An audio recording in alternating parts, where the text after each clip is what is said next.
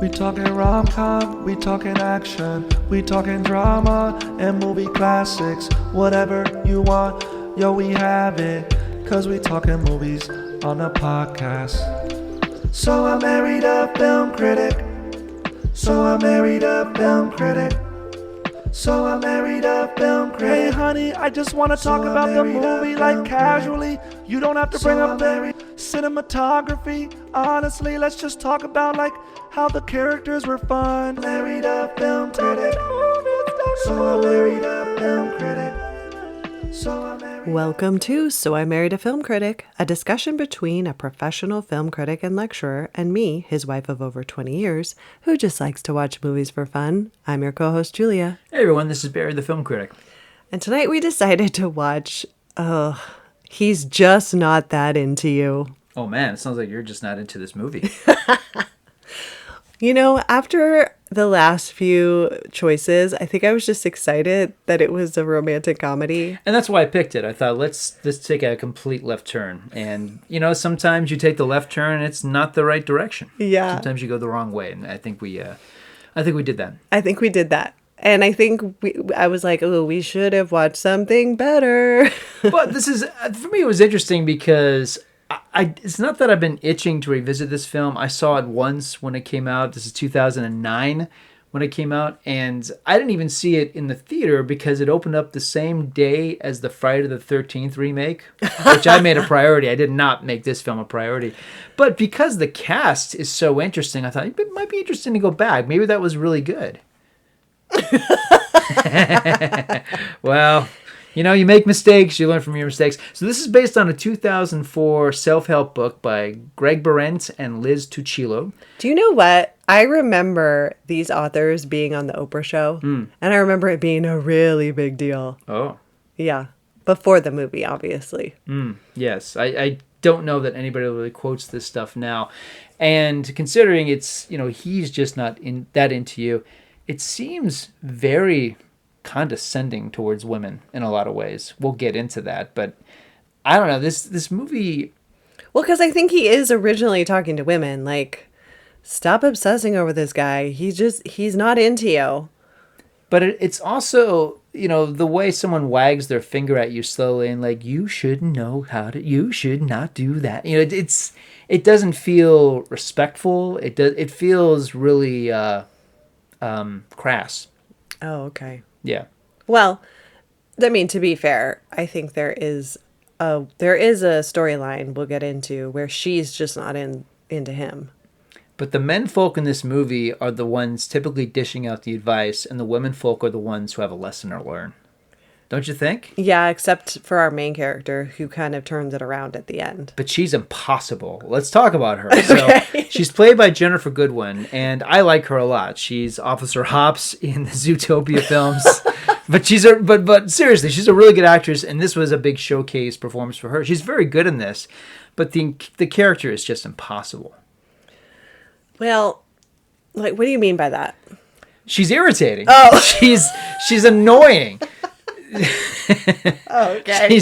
She's you know, if I got stuck in an elevator with her, I'd be like, oh come on, can't this go any faster? You don't think she's endearing at all? No. Oh. If anything, when Justin Long is like rolling his eyes every time she calls, like, yes, I get it. No, she's too much. Well, besides her job, it seems like getting married is her second full-time job. Yes, I mean, she's just 2 degrees away from being Glenn Close in Fatal Attraction. She's nuts. I'm not going to be ignored, Dan. Right. Yeah, I think I say that every episode because too many women are Glenn Close in movies. What do you make of that? What do I make of that? Yeah. I think when men want to create a scary character, that's who they think of.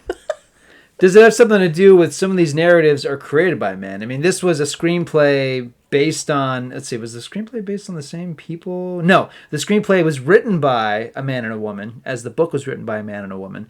But do you think that has something to do with it? Do you think the men folk are crafting these women who are these needy, compulsive, you know, must get married, must give in to matrimonial societal expectations? I guess. Maybe they think that women are needier than men, which I disagree. And this movie paints that picture, Yeah. I gotta say. Yeah. There aren't a lot of characters who are normal, let alone not just talking points for the movie. This film, like most of the dialogue is monologuing. It's not how normal people would converse. It's like, okay, this is chapters 13 through 21 of the book. We got to get some of these key points in here because that's what this movie is. It's, but this isn't like Everything You Always Want to Know About Sex, but Was Afraid to Ask. That's an actual movie based on the book. And that movie's a comedy.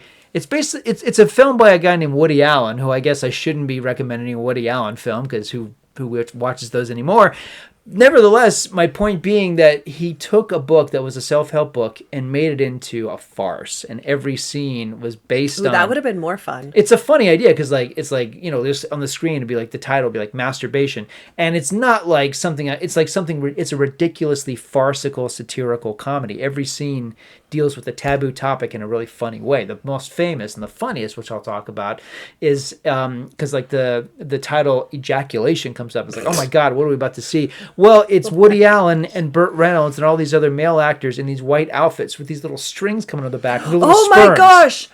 You've seen that? Yes, it's Yeah, hilarious. that's from that movie. Okay. My point. That and so movie forget is so great. It's hilarious. And my point being that would have been cool if they had done that instead of like, hey, let's just make a romantic comedy around this book. So like, let's create these characters that can illustrate every chapter of this self-help book. Well, you know what they did that you always tell me is bad?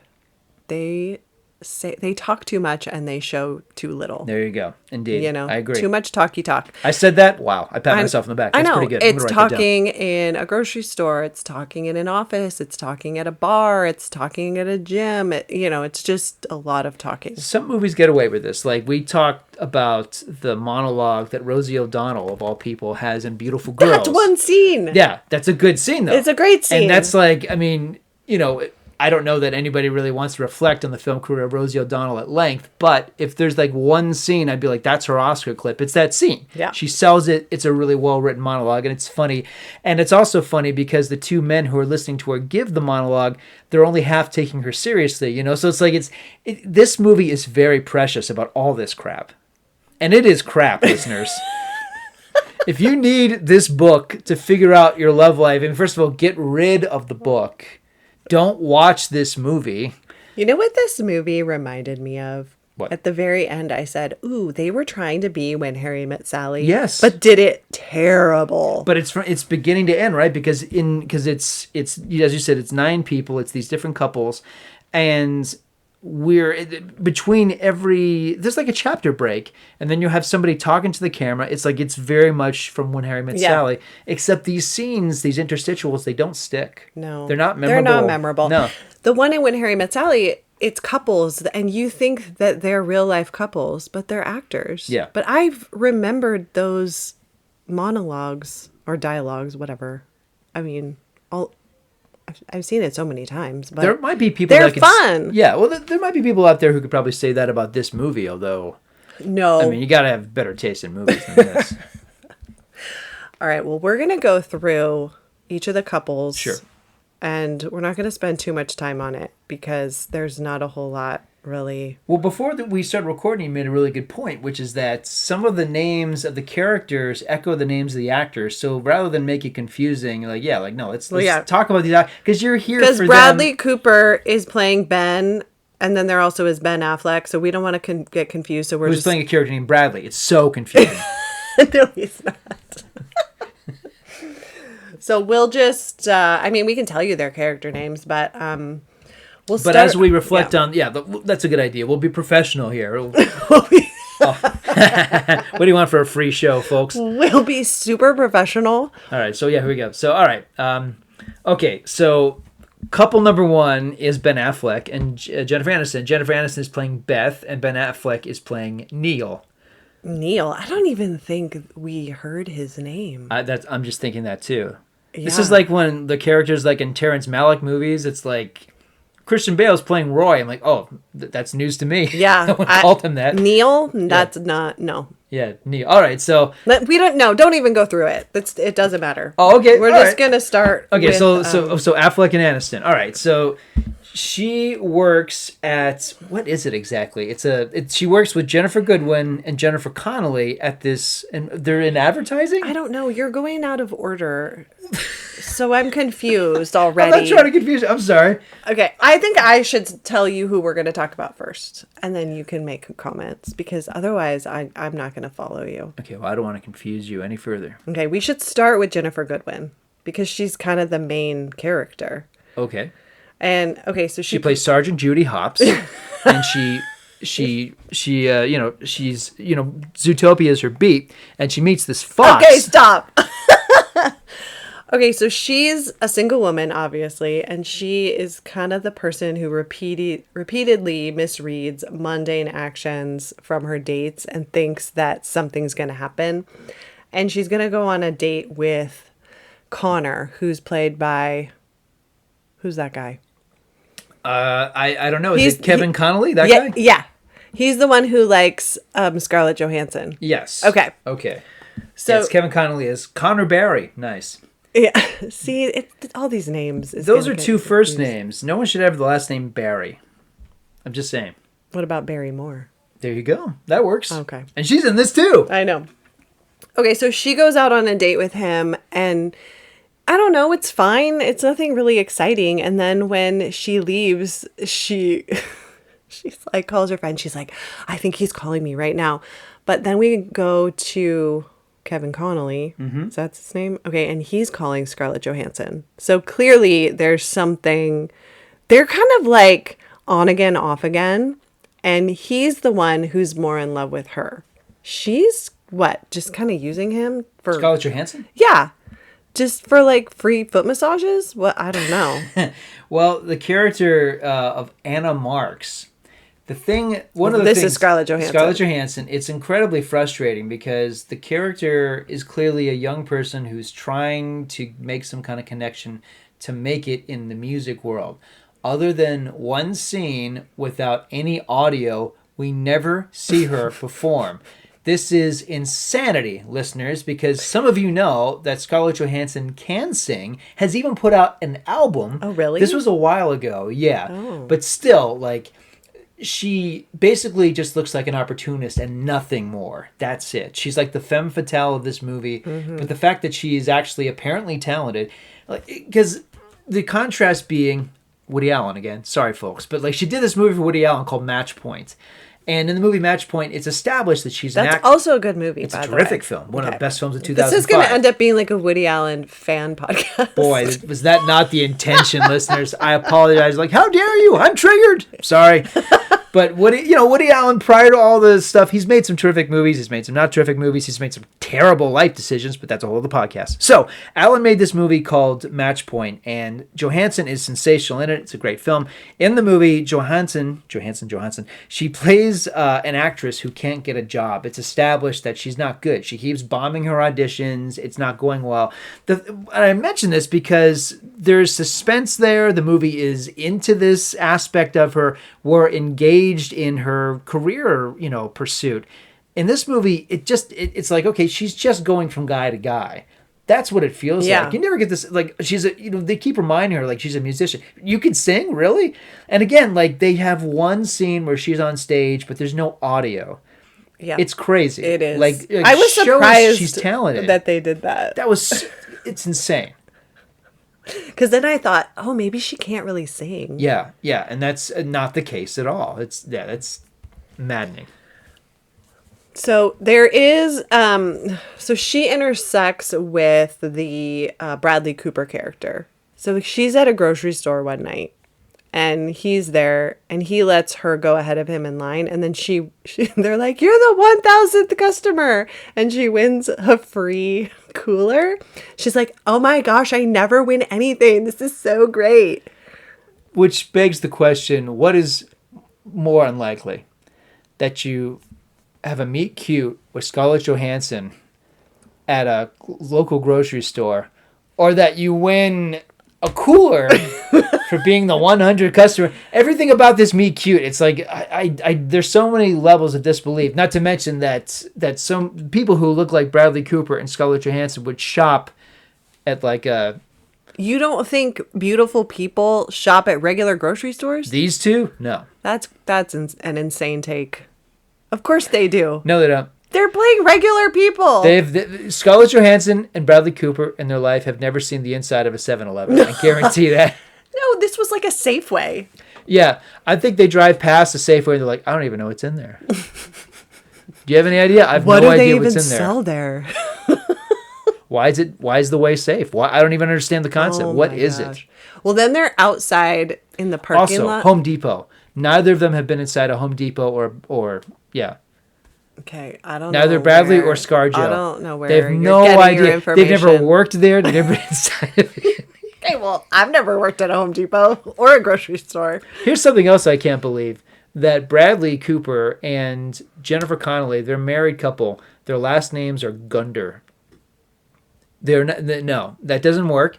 And the fact that he's married to Jennifer Connelly but is making eyes for Scarlett Johansson. Okay, we'll get there. I refuse to believe that. Okay, before we find out that he's married to her, okay, he's outside with Scarlett Johansson and they're talking and he says that he is in the music industry and she's like, oh my gosh, like, could I call you? Could I get a meeting? And I know they exchange numbers or whatever. And then finally, he's kind of like, I never do this. And she's like, what do you mean? Like, meet people? It's ridiculous. And then he gets in the car and who's waiting for him? His friend Ben Affleck, who's now been waiting in the car forever for this guy just to buy what, beer? Okay. So now we find out that Bradley Cooper is married to Jennifer Connelly, who is beautiful, by the way, but they intentionally make her not look great in this movie. Well, you said it's about a ponytail. No, she has pigtails. Pigtails for 90% of this movie. And that's what did it for you. Well, come on. Who is wearing pigtails as a grown adult? You think this is what the filmmakers thought? You know, she's really beautiful and she's been on the cover of every magazine and she's every man's They're like, fantasy. let's make her less attractive. Give her pigtails. Yeah. That will, oh man, like if I had to choose between her and Scarlett Johansson, it's not even a contest. Because they give Scarlett Johansson like these long, beautiful blonde locks. I mean, just because she looks like a preschool teacher doesn't mean you wouldn't go for Jennifer Connelly in this context. I'm not saying you wouldn't, but I'm saying I think they did that for a reason. Because if she was like in her normal hair the whole movie, I think What's her normal hair? Just nice. Having it down? Yes, just nice hair. I think the filmmakers did her dirty. You know, they didn't like put a zit on her face or give her dowdy glasses. They just give her pigtails. Well, and they make her personality really not that great. She seems intelligent, contrasted to him. Yeah, I know, but they make her really, what's the word? Kind of naggy. You know? Well, she is married to a guy who takes too long to get beer, so I get it. I know. Well, okay, just in general, Bradley Cooper's character is a jerk and a terrible husband. So there's that. Because he does end up cheating on her. Okay, now we have Ben Affleck and Jennifer Aniston. And they're a couple. They've been together 7 years, but they're not married. And she's like, when are we getting married? And he's like, you know, I don't believe in marriage. And she's like, okay, well, I've been waiting, you know. And he says, I'm committed. I want to be in this relationship. I just don't want to get married. Now, do you understand that logic? No, explain it to me. No, I'm asking you. If you understand the logic of wanting to be in a long-term relationship, but you just don't believe in marriage. Yeah. Then I'm Kurt Russell and you're Goldie Hawn. That makes sense to me. I don't have a problem with that. Okay. You know, I've been married happily for 23 years. I would say that even if it wasn't looking at you, recording a podcast with you, you know how I feel. Okay. I'm all over you. But the fact of the matter is, I understand, especially now that we get older, what we have is unconventional. What we have is unconventional? Yes. So many people are either splitting or they're not doing it in the first place. So I realized, like, okay, like, I'm old-fashioned in that way. And I think you are in a sense, too. I'm not going to call you old-fashioned, but, I mean, I'll call myself that. You can. Okay. It's fine. Yeah. So, and I mean, the question is like, why do you get married? It's not, he's just not into you. It's like, why do people get married? And I Well, think because that's, he's into her. yes. He just doesn't want to marry her. And I think what she's asking for is a for sure commitment. Because if you're just living with somebody, even if they're like, no, I want to be with you, they could walk away anytime. It's kind of like this therapist guy that I like to listen to. It's a podcast. Yeah. And he's like, if you're married, then you have like legal rights when you do want to break up, right? So I think that's one of the reasons why some men don't want to get married is because if they do get divorced, they're like, oh, she's going to take half my money. You know what I mean? That's interesting because it's a trust issue. And for me, it's like, it's a twofold thing because I understand the sense we're not married, but we need to be legally bound. I get that. But it's also like, how much do you trust that person that when they say they're going out for cigarettes, they're not doing something else? If they're not married? Right. Oh, well, I mean, they could also be cheating on you if they're married. So, yes. But for me, it's about trust. And as I've told you before, and I've told others, and they think I'm kidding about this, but I say like, I trust you, but I'm also aware that there's a sense of mystery because as I've said to you, I will never ever claim that I've completely figured you out, that I know you like the back of my hand, that there are no surprises. No, you surprise me all the time. And the fact that you keep me on my toes, the fact that you and I change and surprise each other, I'm okay with that. But there's also the issue of trust. I trust you as much as you surprise me, and I think I surprised you too at times. yeah. And I think that's okay. Just as I think it's okay for two people to not be married, but there's a trust thing going on, and they acknowledge that, okay, like this is not conventional. Most people, not all people, but most people want to get a ring. They want to do the ceremony. Above all, they want the ceremony. Above all, they want the pictures. They want the ceremony. Yeah. They want the friends to know them for that. I think it's more than that. I think they want that security that comes with with the piece of paper. Because if someone does decide to leave, then, and let's say there's kids involved, there's assets, It's all how you look at it, though. I know, but I'm saying the Jennifer Aniston character, I guarantee she's like, but how do I know you really want to be with me? But that's crazy because they've been together for a while, and there's nothing about the Affleck character that suggests anything interesting is going on in his head. Right. I know, but the Cooper character is another thing, but the Affleck character, I mean, this guy is, he is there for her. Yeah. The movie doesn't give any indication why this isn't perfect, why they aren't Kurt and Goldie. Okay, but I think it's just natural that she wants that secure commitment that marriage brings. And that's kind of nutty because let me put it this way. Like, I understand why you want to get married for that security, but that the marriage, it's different from the relationship, and people don't realize that. Here's the example I would give. This is nutty, but this is how I'm thinking. Okay. So I have a driver's license, but even when I don't have the driver's license, I'm still a driver. Now I need to have that license on me in case I get pulled over and have to prove it. But no matter what, I'm a driver. I can drive a car. Yes. I'm a good driver. But I understand that a cop needs me to have this stupid little plastic thing on me to prove that I drive, that I'm a good driver, and that I, show good drivership. Now, if I'm a bad driver... Good drivership. Yeah, good drivership. That's a real word. I just made that up. TM. So, you don't need to have a license to prove that you're a good driver, but you're required to. Okay. I agree in the sense that if you're like if you're a Kurt and Goldie couple, he has proven to her over and over again that he's not going anywhere. And she's like, yep, I have my own money. I don't really need you for financial stability. I just like to be with you and I love you. Okay, I do understand that on some level, but your average person just wants more than just their word. They want to know that it's, it would be a big, huge pain in the butt to leave.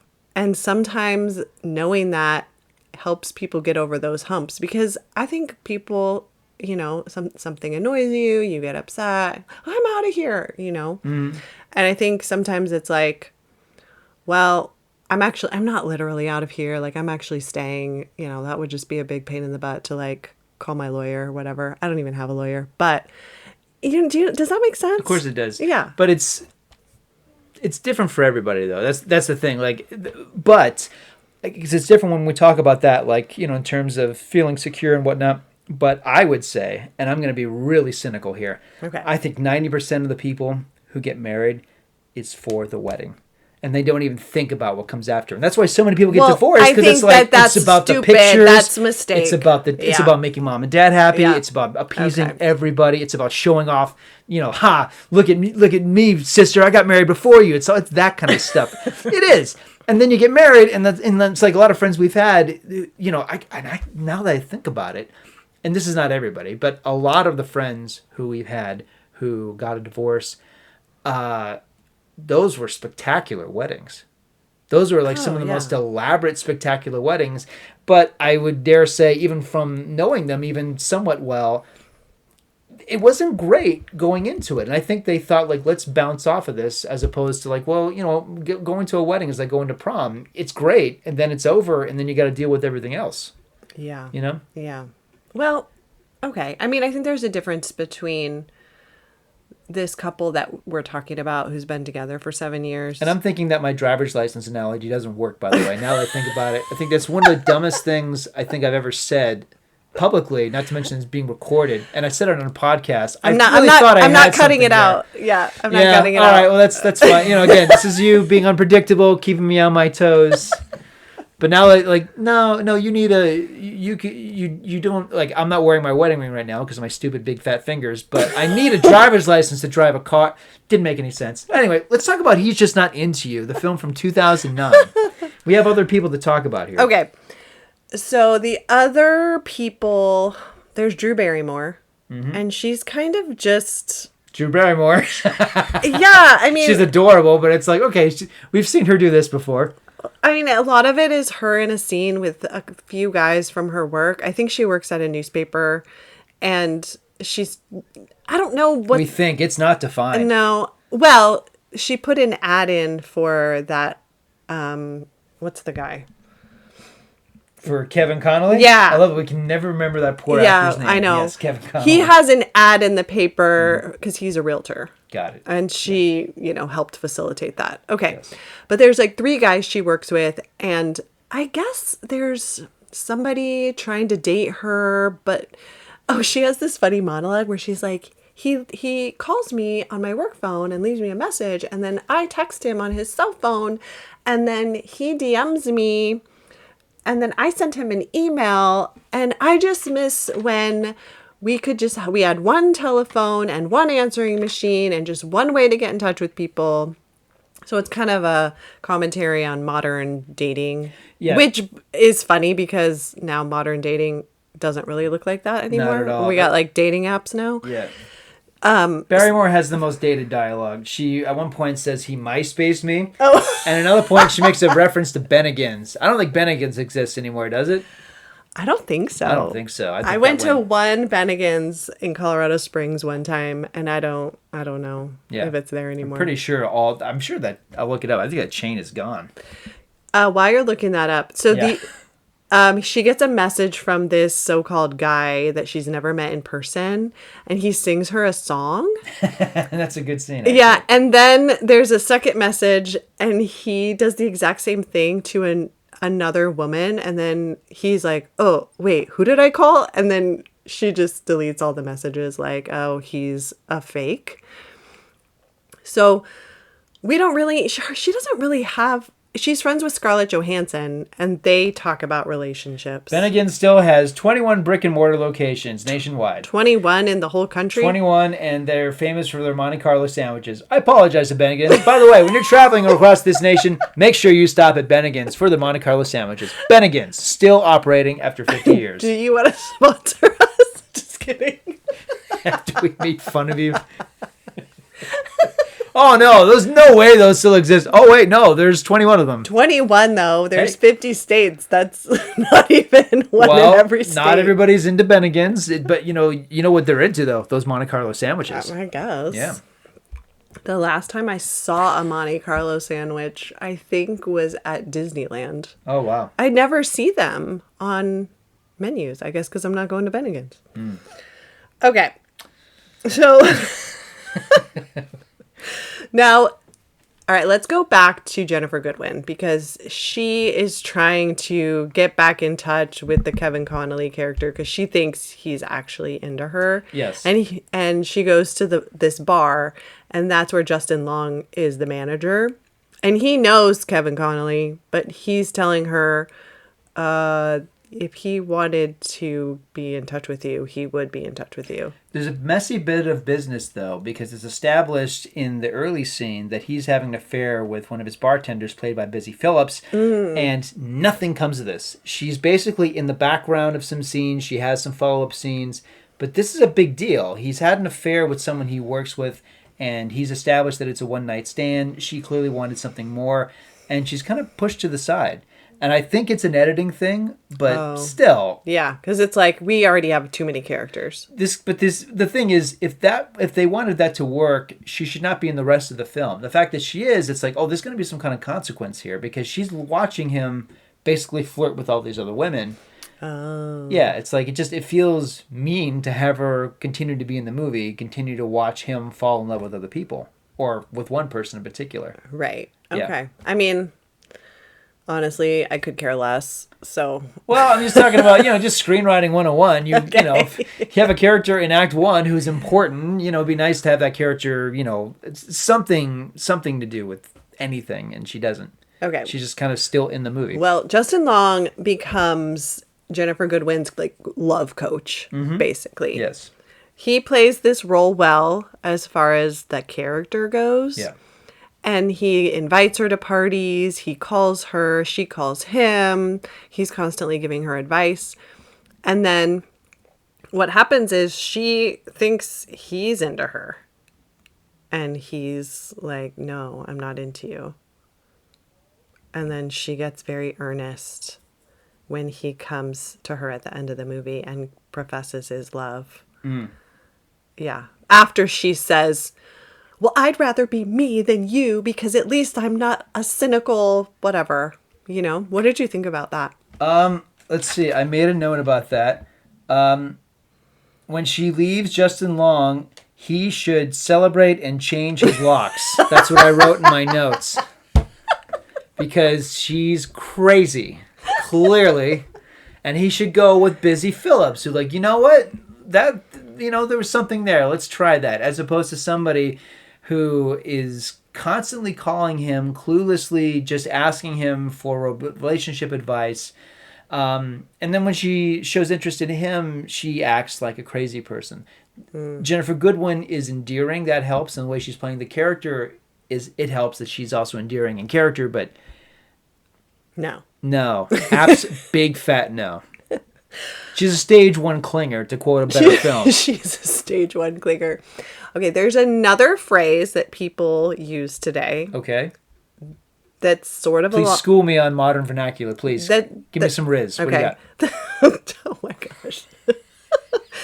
It's sort of along the lines of he's just not that into you. Got it. But this is what they're saying now. If he wanted to, he would. He would what? If he wanted to call you, he would. If he wanted to pursue you, he would. Oh, I thought we had a different classification for her, but this is just another way of saying this. Yes. All right. I mean, what do you... He would. Yeah, what do you think? I guess. I mean, sometimes it's, for one thing, life happens. Sometimes complications happen. You get busy at work. Family emergency I know, happens. but if you really like her, if you love her, if you wanted to, you would. You'd make it happen. I'm just saying I don't think he has to be the one to make the first phone call or make the first move. I don't think there's a rule book for that as much as the movie tells us there is. Mm-hmm. I think that's nonsense. Okay. But the fact that she's treating this like this is the church of the holy love connection. Ooh, I loved that show. Where's Chuck Woolery when we need him to help these people? I wish this movie was actually just an extended episode of Love Connection and not this movie, but yeah, so that's ridiculous. I need to get this off my chest because this drives me crazy. So we've established that I object to a world where a husband has to choose between staying married to Jennifer Connelly, you poor bastard, versus going out with Scarlett Johansson.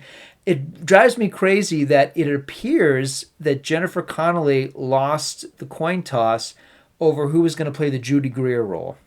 This is a nothing role. I love Judy Greer, but as we know, she got her start playing second banana in movies where she goes, so what's he like? So are you going to call him? Go to him, girl. Go to him. Like, it's that kind of... I mean, she does do that in the work scenes with Jennifer Goodwin and Jennifer Yes. Aniston, because they all three work together. This is a crap character given to who at this point is an Oscar-winning actress. It is insane that Jennifer Connelly is in this movie, let alone that she's playing like the scenes where Jennifer Goodwin is explaining like, oh, I'm into this guy, blah, blah, blah. And you got Jennifer Aniston and Jennifer Connelly like listening to her like, I feel so bad for these actresses. What are you doing in these roles? Well, that's crazy. Their fault for doing it. It's insane. Because the thing, and like the Judy Greer role, there's nothing wrong with it. She made a career of it. I can't stress what a fan I am of Judy Greer and what she did with those roles and elevated them.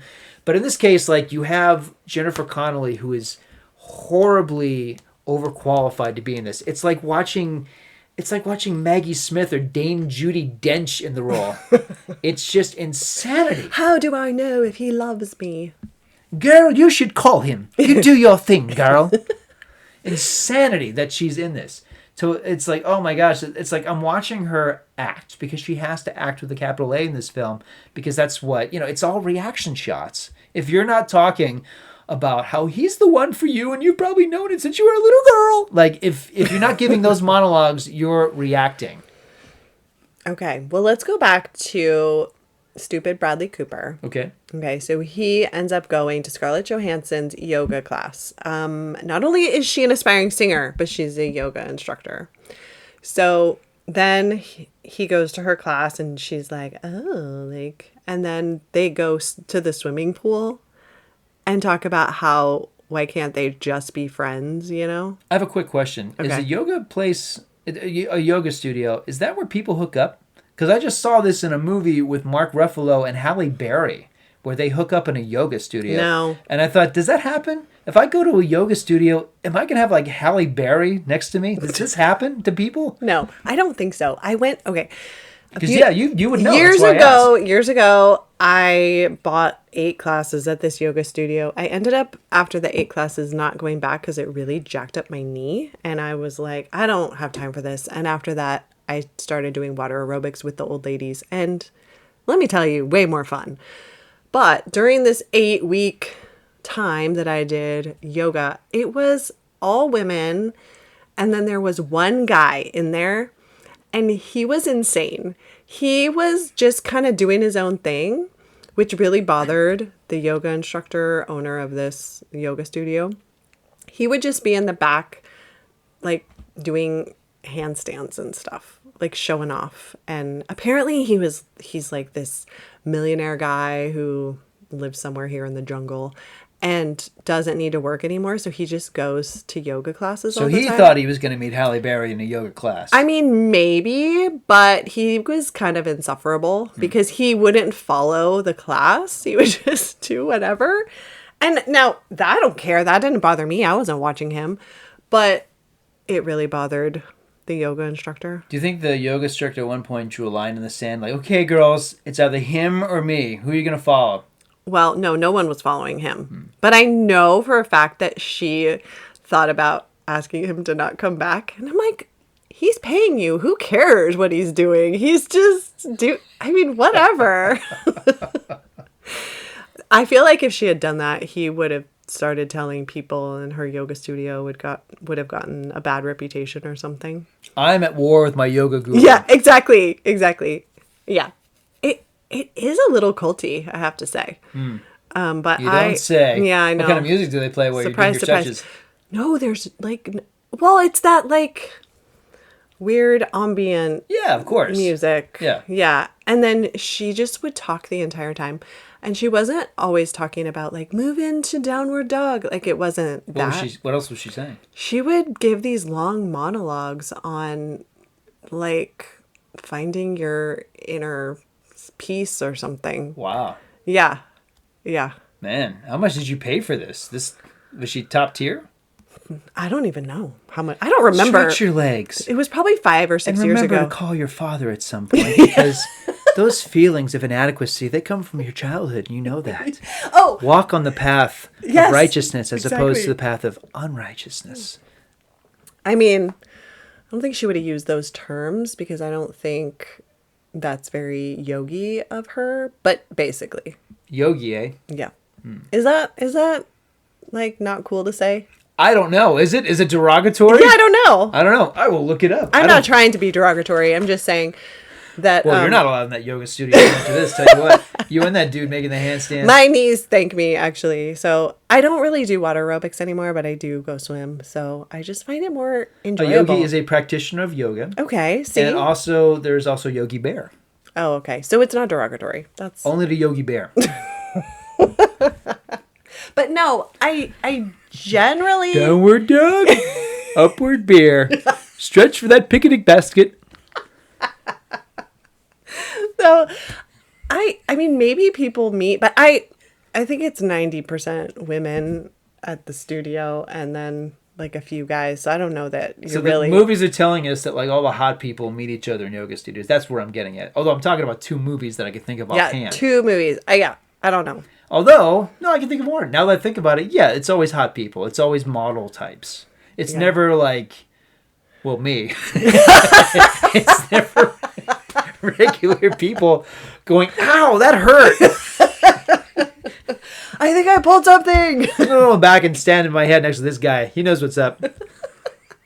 Oh yeah, I never did stand on my head, and I think that bothered her because we would have to practice, you know. That seems like a pretty advanced move, though. I know, and I said I really don't think I'm going to be doing that, and I think she wanted me to try, and I'm like, I know my limits. I'm not doing that. You know. I'm kind of glad you don't go to the studio anymore. I know. That's some shenanigans. I know. Well, you know where it is. It's upstairs from where B does. Oh, Yeah, her class. I do know where that is. Yeah, yeah. Oh, yeah. okay. Yeah. Yeah, that's a no. I know. Yeah. So I'm not. That's not my preferred method of exercising or whatever. Yeah. Yeah. I tried. I really did because it's very popular here. Yeah. I mean, there's so many yoga studios. It's a good place to network. Yeah, but especially if you're trying to get a recording thing going on, you know, you get clients and they could be producers. And you could have an affair with them. Exactly. Yeah. So they're sitting at the pool and finally they're like, well, we can just be friends. And then she strips off all her clothes and jumps in the water. And he's like, you're the best friend I've ever had. It's a good laugh line, but then the thing is, they actually have an affair. Yeah, then they actually do have an affair. And that bugs me because I think it would be more interesting if they didn't. Because that's something we almost never see in a movie. I always cite this. It's a very old example, but Tom Cruise and Demi Moore in A Few Good Men. It's established they're into each other, and it's those two in 1992 looking gorgeous, and they never have a physical consummation of the relationship. I'm not being conservative. I thought it was a nice surprise. I wish more movies would do that. Attractive people can be friends with each other without sleeping with each other. Okay, but what do you think about they're at Home Depot and he confesses to sleeping with somebody else, and then Jennifer Connelly and he's kind of like, so, you know, you want me to move out? And she's like, you want to move out? And he's like, well, I just thought you would want me to. I think he thought, oh, she'll just divorce me and then I can run off with Scarlett Johansson, you know, and have a clean break. And she's like, no, we should figure this out.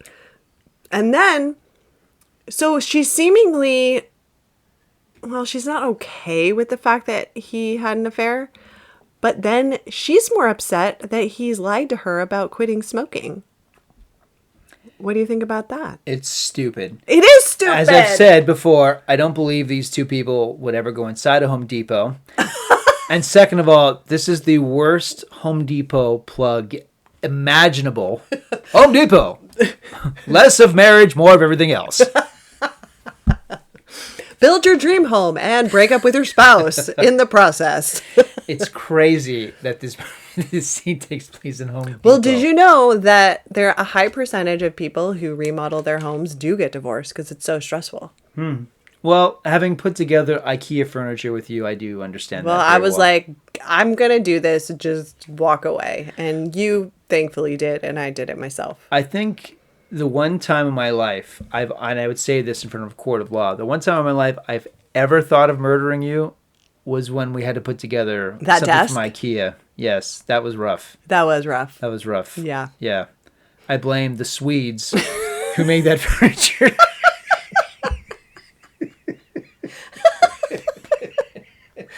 Well, I Your remember. Honor, it was the Swedish designer. I swear to you. Well, and I do blame them because I think you were like screwing something in and it was like a little too hard. And I think the particle board started to split a little bit. And I'm like, no! Yeah. The lesson was it's not the Swedish designers, it's me, the dumb American who can't put together Swedish furniture from IKEA. Well, no. I mean, I think it. How many other product placements do you think we bombed today? Oh, man. I feel like we're just losing our possible sponsors. It's not happening with Bennigan's, not happening with Home Depot, IKEA. Yeah. Yeah. Just keep them coming. Okay. So okay.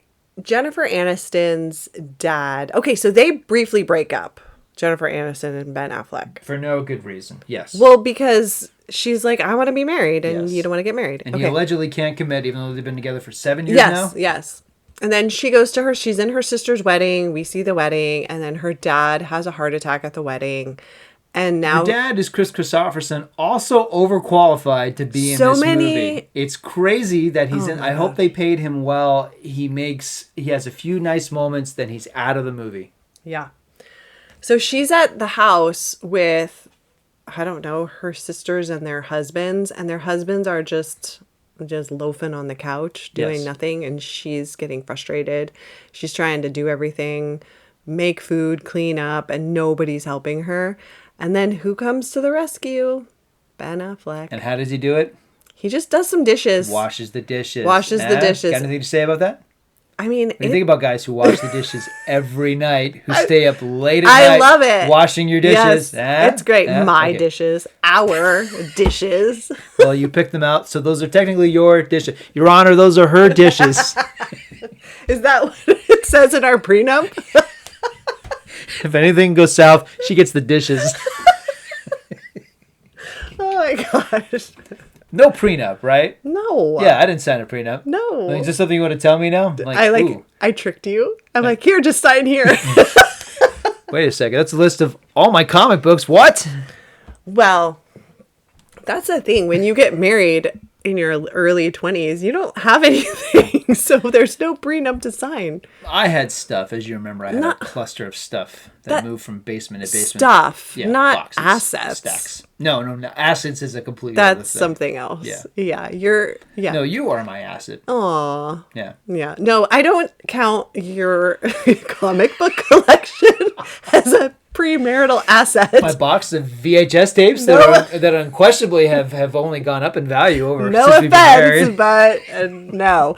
You guys, he will tell me, ooh, I bet this comic is worth like $1,000. And then we look it up, it's like $50.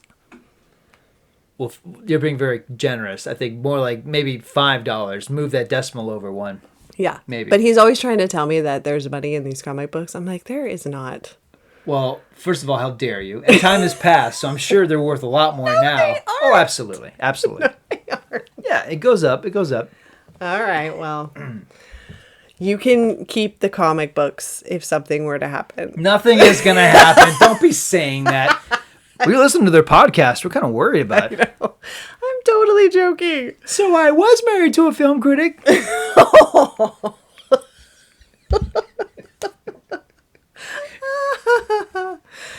Oh man. Okay. So, let's go back to Kevin Connolly because Kevin Connolly. Okay. yeah. Oh, actually before we do that, Yeah? Scarlett Johansson and Bradley Cooper are hot and heavy for each other. And at one point, Scarlett Johansson is telling someone about Bradley Cooper, and she says he's smart and sexy like Bill Clinton. I'll bet Scarlett Johansson regrets that line today. Yuck. Yeah. Yeah. Okay, so she goes to his office and they're gonna get it on in his office, and then all of a sudden his wife shows up, and so he's like, hide in the closet. And now Jennifer Connelly because she tells her friend, I think she tells Jennifer Goodwin, like, we never have sex anymore. And so now she's thinking, I should, relight this flame if we want to keep this marriage going. So she really tries when she shows up. But he's like, babe, I got a lot of work to do, And so they talk about doing it later. But then when she leaves and he opens the closet door, Scarlett Johansson is incensed. And now she doesn't want to be with him. Do you remember that? They don't do anything? I thought they did do something. Oh, do they? Yeah. Oh, they do have sex? I guess I forgot. Yeah, I must have and blinked. Scarlett Maybe Johansson- I nodded off during that scene. The thing is, there's so many ways this could have worked, and they don't go the farcical way. They go with this really weird way where it's like one actress exits and another actress enters the scene and then exits. Oh, this just said, okay, there are indications she succeeds in seducing him. Yeah, she seduces him. Oh, okay. So the idea, which I don't believe at all, is that Scarlett Johansson just sits in the closet waiting for her turn to come out. That doesn't make any sense. She should have, I mean, that it should have been a huge explosion. Or at the very least, the second Connolly leaves, Johansson comes out, starts screaming at him, and then she comes back. Connolly comes back and like, I forgot my keys, or I heard some yelling. I mean, she's gone for like 3 seconds. Yeah. Johansson starts screaming. Yeah. I mean, what is it, a soundproof room? I don't buy that. I know, and she leaves in her slip. Like, they're not going to meet each other at the elevator? It's insane. Because, like, I'm not saying it has to go in this crazy farcical way, but, like, you know what? Imagine this. How about we have Scarlett Johansson and Jennifer Connelly have a scene together?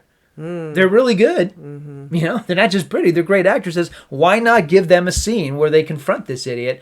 Instead, it's like, it works out best case scenario for him. He gets to get rid of the girl who's, you know, wants to have a real relationship with him. He's not going to do it. It's all about the physical. And he gets to go home to Jennifer Connelly. So it's win-win for Bradley Cooper. The scene should have been about this whole thing is a, you know, deck of cards that falls apart right here. And then, but the thing that makes it fall apart, cigarettes. That's insane. Because that's a plot point that doesn't work. Because there's a scene with Louise Guzman, which is kind of awkwardly written, excuse me, where Jennifer Connelly confronts him, like any person on your crew working in my house, are they smoking? He's like, no. And, you know, we don't get enough of an indication. Like, okay, so the cigarettes are definitely indicating that he's nervous about something or, you know, like he's on edge about something. I mean, there's no dialogue that indicates like, okay, the indication is that it's definitely infidelity. He only smokes when he has an affair. I don't know, but she's like, you know how I feel about smoking. My dad died of lung cancer. And it's crazy. It's like, well, is that really what we're talking about here? Yeah, I have no idea. Yeah. It's so stupid. It's really bad. It's poorly written. I feel like a key bit of dialogue, like, you know what? I just knew when he came home smelling like perfume, and then the next day there was an ashtray full of cigarettes, and then, you know, I think he broke up with her, and then the cigarettes vanished, and I just knew if the cigarettes came back, like, a line of dialogue would have helped, like that, you know, just establish what the cigarettes mean. Instead, it's like, okay, she's worried about lung cancer and infidelity. Pick one. I think she's more worried about lung cancer. I think so. Not that it's not serious, but come on. We're not making light of lung cancer, listeners. But when you're Jennifer Connelly and your husband's having an affair with Scarlett Johansson, maybe the fact that he's smoking too much is the second most important thing going on. Yeah. So after Scarlett Johansson dumps his butt, she goes back to Kevin Connolly. Yeah. And he's like, I really want this to be for real. Like, I want us to be together. And so then she's like, okay, let's get together. And he then takes her to this house at some point. And he's like, look, I want to buy this house, but I want to know that you could see yourself here with me. And then she lets it out that no, she doesn't really want to be with him. Which is good because it's established early in the film that he's a consolation prize character. There's a movie called The Baxter about someone who, Michael Showalter's film about the guys in the movies who get left at the altar or they, you know, are not chosen at the end. That's what this character is. Yeah. The nice thing that they give him is a funny visual of post-coitus. They're in bed together, they're cuddling, and he's got his leg over her. He's the big spoon, but he's looking like the little spoon cuddling her. It's a good visual. I gotta give the movie that. So, and then the ending of his kind of story is he's out eating at a restaurant. Drew Barrymore is at the same restaurant. She recognizes him from his photo, calls him, and then they end up hooking up because he's like, I didn't picture you looking like that, you know, and so now there's last minute consolation prize. Love Everybody goes connection. away happy. Yeah. They should have shown her getting on a bus and like leaving the city to either choose a different career or pursue her singing career maybe in Nashville. No, I'm not talking about her. Who are you talking about? I was talking about Drew Barrymore. Oh, we're talking about Barrymore. Because Drew Barrymore ends up with Kevin Connolly. Oh, right. Yeah, I forgot about that. Yeah, no. Scarlett Johansson and Jennifer Connelly. Okay, everybody's names are getting confusing. They both end up alone. Right. Yeah. That's right. That's what I thought. Yeah, in their own apartments. Yeah. Okay. And so it's like, and so does Bradley Cooper. Which is good. He ends up back at the grocery store, potentially having another meet cute. Yeah. Well, the movie ends with this post-credit sequence where everybody's talking at the camera about where they are in life. And it definitely feels like a reshoot. It doesn't feel...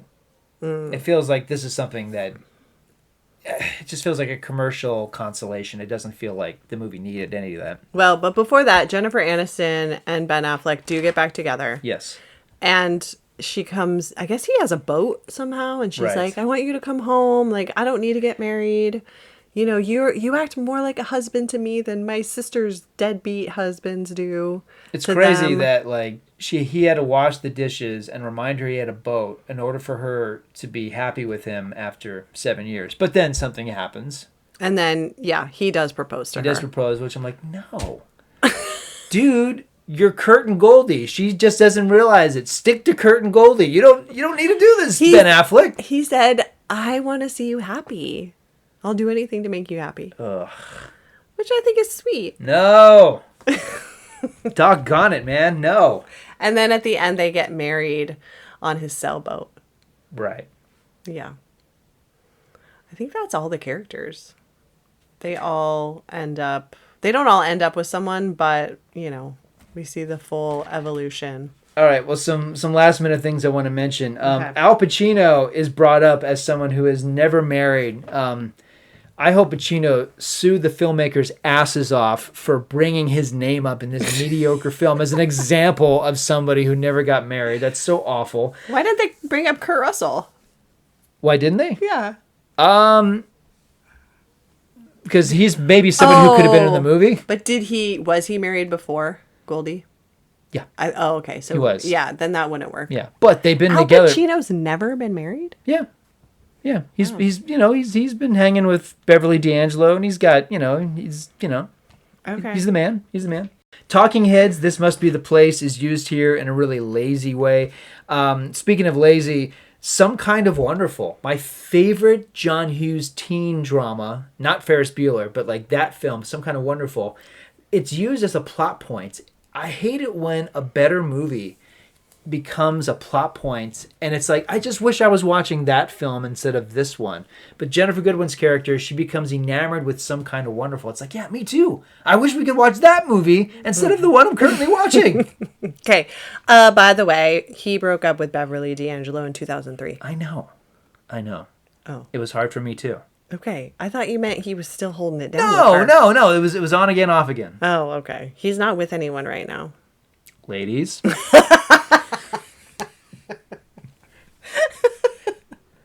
Hey, I'm sorry. I'm just not that into you. So, how do you know this movie was made in 2009? Keen's Somewhere Only We Know plays over the soundtrack. Boy, is that lazy. That is a Grey's Anatomy song. How dare you, movie? Wow. You are upset That about song is for Grey's Anatomy and no other. And any other film that uses it, you're kidding yourselves. We're imagining those actors in those smocks. They're not called smocks, are they? Scrubs. They're in those scrubs, saving lives. I was like, wait, are they artists? What's happening? They're wearing the scrubs. They're saving lives, but they're disconnecting with each other on a romantic level, season after season. Did you know that show is still on? Really? Yeah. You're kidding, right? No. Is Noah Wiley still on it? I don't know. I don't think so. I think there's only 3 from the Of the original cast left. It's like ER. Like after George Clooney left, I failed to be interested, but then someone would be like, George Clooney was on ER last night. Really? Yeah, he and Juliana Margulies had a scene together. What? Oh, did you have to go back and find it? No, because he kept coming back and leaving, coming back and leaving. So I'm just like, you play with my heart. If you give me whiplash like that, I'm not coming Clooney, back. I'm just not that into you anymore. Okay. Okay. Well, do you have any other final thoughts? Yes, Justin Long, as he hooks up with Jennifer Goodwin. What does he say? You are my exception. You know what that means? Yeah. I will compromise. That's Okay. what that means. I will compromise because this is crap. I don't think that that's what that means because throughout the movie, they're all saying well, my friend, and they'll talk about a specific situation that's really out of the blue, not normal.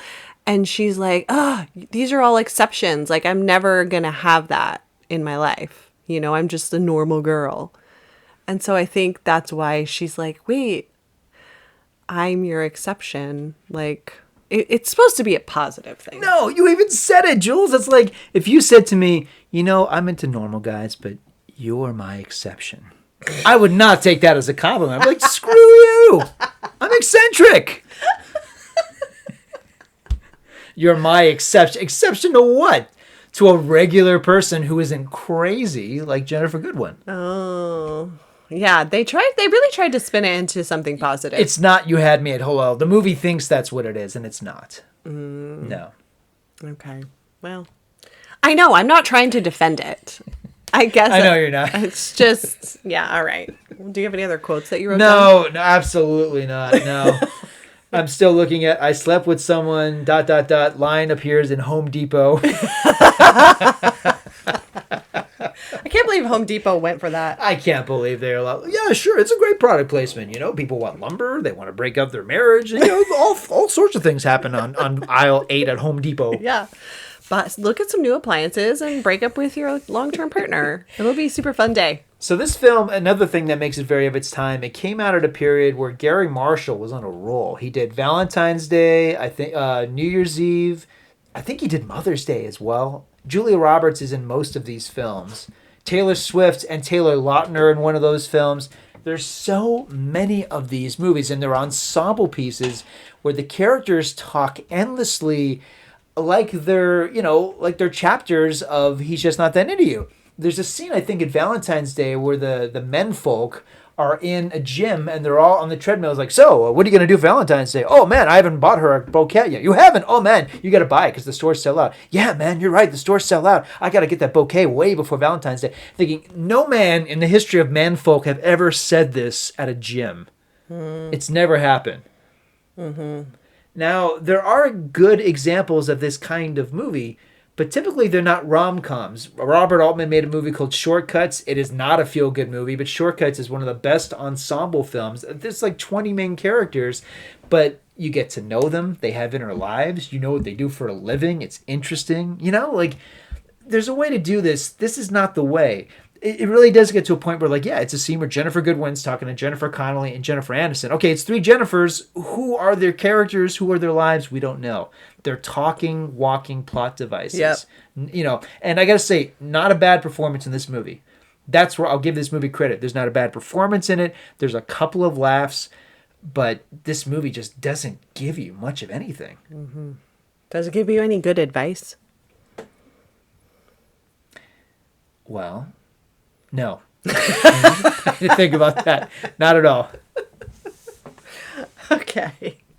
So we're not recommending the book or the movie? 1.5 for me. Oh. Out of 4 stars, 1.5. I think I gave it 1 star, yeah. That's fair. Mm-hmm. Yeah, the movie stinks. It's, it was a date movie option when it came out, and now I think we've all been like, yeah, man, I haven't spun that DVD since I bought it. So, and I don't, it's just not a film people would revisit because it's just not that into you. How about I'm just not into that? There you go. All right. Well, I think we did it. Jules, you are my exception. Oh my gosh. All right. Well, totally kidding. That concludes our discussion of He's Just Not That Into You.